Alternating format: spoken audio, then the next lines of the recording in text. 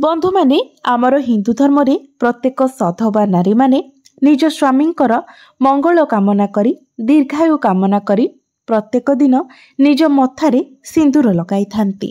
किंतु कण आपण जानती जे सिंदूर डबारे केउ जिनिस रखिबा द्वारा आपणकर स्वामी धनी होई पारिबे? तेबे बंधु माने ए विषय आजिर एही भिडियो रे आमे माने विस्तार भाबरे आलोचना करिबा जे सिंदूर डबारे केउ जिनिस रखिबा द्वारा स्वामी धनी होई थांती। एहा छड़ा ऋतुस्राव समय सिंदूर लगाइबा उचित ना नुहे एवं सिंदूर तले पड़ी जिबा द्वारा केउ संकेत मिली थाए? सिंदूर लगाइबार ठीक विधि कौन अटे? तो बंधु माने आपण माने निश्चित भाबरे जानिथिबे आमर हिंदू धर्म रे विवाहिता महिलांक जीवन रे सिंदूरर एक विशेष महत्व रहिछि।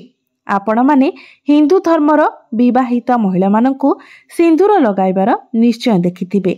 हिंदू धर्मर मान्यता अनुसार सिंदूर को विवाहिता महिलार सधवार प्रतीक बोली माना जाइथाय और विवाह समय सिंदूर दान विधिर विशेष महत्व रहिछि। एहा परे विवाह को पूर्ण बोली माना जाइथाय। थरे विवाह होइजिबा परे विवाहिता महिला मानकु सिंदूर लगाइबा जरूरी अटे। आजिकालीर सभ्य समाज रे महिला माने विवाहित होई मध्य सिंदूर लगाउ नाहंती। तेबे आपण माने जानि आश्चर्य हेबे जे हिंदू धर्मर एही परंपरा को केवल धार्मिक महत्व नुह बरं केतेक नियम रहिछि जहा पालन करिबा अनिवार्य अटे। जो महिला माने सिंदूर लगाइबार एही नियम को पालन न करि थांती तांकर स्वामी को आर्थिक क्षेत्र रे कष्ट सहिबाको पड़े। तो प्रथमे आसंतु जानिबा सिंदूर लगाइबार कौन सबु नियम रहिछि। बंधु माने जहार प्रत्येक विवाहित महिला मानकु पालन करिबा उचित अटे। तेबे विवाहित महिला मानकु सर्वदा सिंदूर निज पैसा रे किनि करे लगाइबा उचित, अर्थात निजर स्वामी को पैसा रे किनिकी आपण लगाइबा उचित। जेतेबे असुविधा बा आपणकर जहाँ भी समस्या थाउ ना काहेकि कोनोसी अन्य महिलांकर सिंदूर निज सिंथी भरिबा उचित नुहे। अन्य महिलांक सिंदूर निज सिंथी भरिबा बहुत अशुभ होइथाय। एपरि करुथिबा महिला मानकर स्वामी को धन संबंधी समस्यार सामना करबाको पड़ी पारे एवं निज स्वामी को मध्य संकट आसी पारे।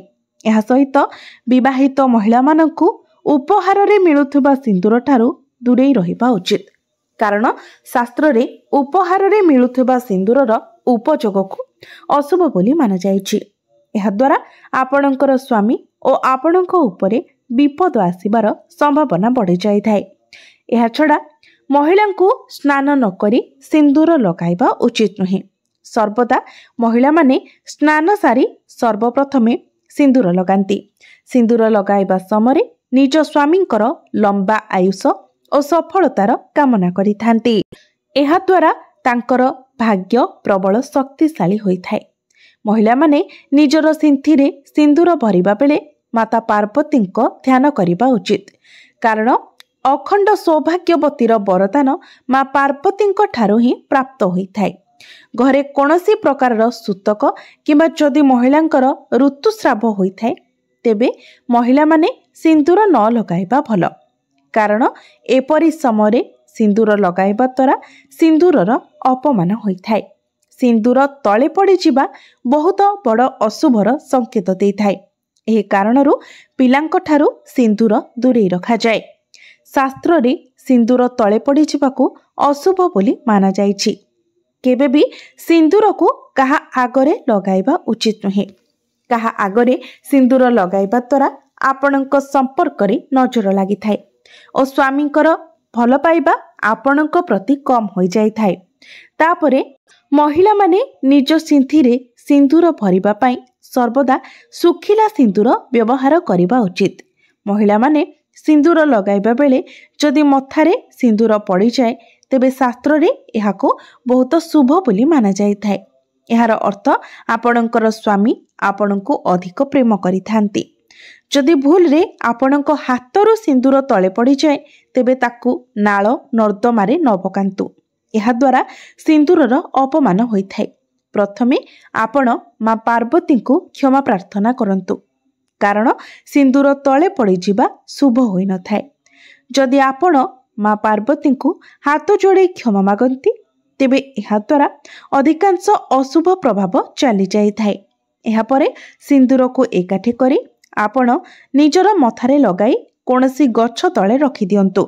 शास्त्र अनुसार जो स्त्री निजर सिंदूर को केश तले लुचाई दे थाए तेबे तार पति को समाज रे मान सम्मान मिली न थाए।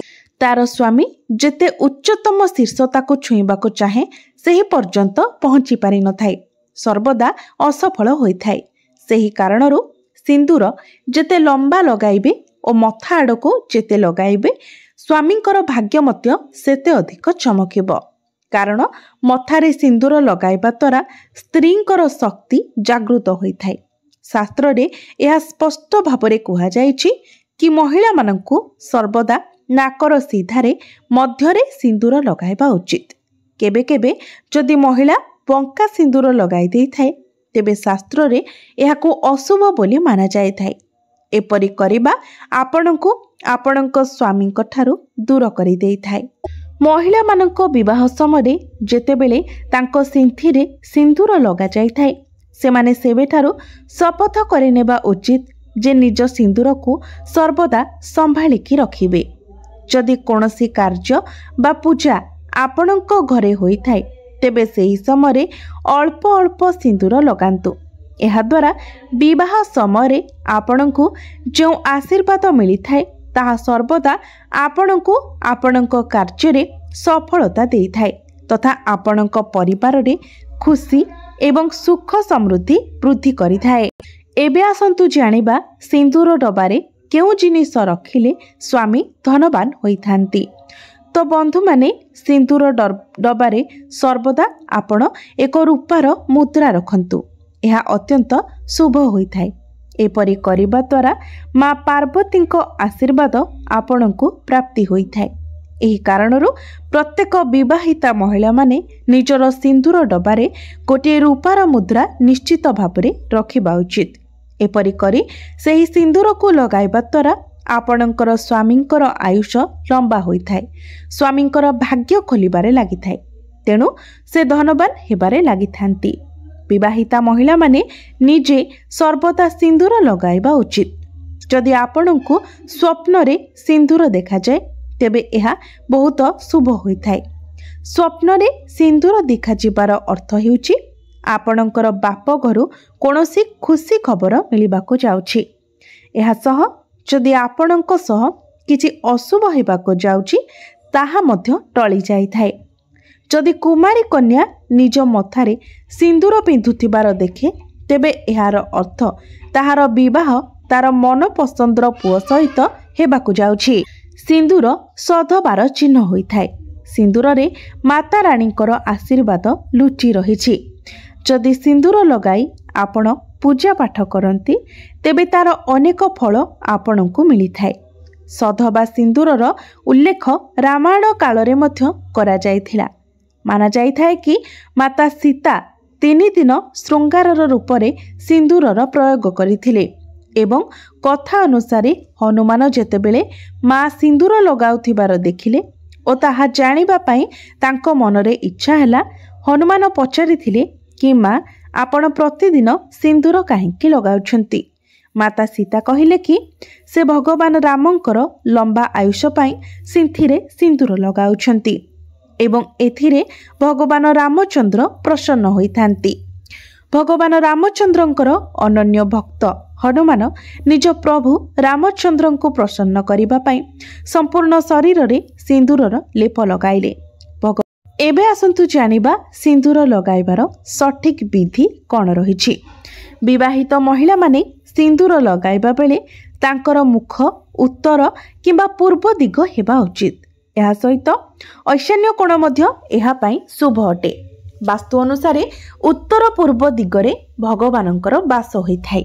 एही दिग आडकू मुह करी सिंदूर लगाइबा द्वारा ईश्वरंकर आशीर्वाद प्राप्ति होइथाए। धार्मिक मान्यता अनुसारे ठिया होई विवाहित महिला को सिंदूर लगाइबा वर्जित अटे एवं मुंड नुआई सिंदूर लगाइबा उचित, जहाद्वारा यार शुभ फल प्राप्ति होइथाए। एपरि करिबा द्वारा गृह रे सुख शांति लागि रहिथाए और स्वामींकर आयुष लंबा होइथाय। सूर्यास्त परे सूर्यंक प्रभाव कम हो जाए और चंद्रर प्रभाव वृद्धि पाई थाए। तेणु आपण सूर्योदय पर जेकोसी समय सिंदूर लगाई पारिबे, किंतु सूर्यास्त पर सिंदूर लगाइबा को अशुभ बोली माना जाय थाए। नाक उपरे सिंदूर पड़िबा, खास करी विवाह समय सिंदूर पड़िबा अत्यंत शुभ होइथाए। एहा द्वारा पति पत्नी मध्य प्रेम संपर्क बढ़ी थाए। एहा द्वारा पतिर आयुष लंबा होइथाए। एहा मध्य माना जाय थाए कि नाक उपरे सिंदूर पड़िबा द्वारा माँ लक्ष्मींकर आशीर्वाद प्राप्त होइथाए। ज्योतिष शास्त्र अनुसार विवाहित महिला माने जदि सिंदूर लगाइबा बेले एहा मथा उपरे पड़ जाय थाए तेबे एहा बहुत शुभ होइथाए। एहा एही कथार संकेत जे आपणको आपणकर स्वामी ठारू अधिक प्रेम और भल पाइबा मिलिबाकु जाउछि। बेकरे सिंदूर लगाइबा द्वारा ईश्वरंक आड़कू मन केन्द्रित रही थाए। एहा द्वारा व्यक्तिर मनरे सकारात्मक ऊर्जार संचार होइथाए। तेबे बंधु माने मोर एही भिडियोटी जदि आपनकु भल लागि थाए तो भिडियोटी को लाइक करी चैनल टी को सब्सक्राइब करी देबे एवं कमेंट बॉक्स रे भक्ति एवं श्रद्धार सहित जय माँ लक्ष्मी, जय माँ पार्वती निश्चय लिखिबे।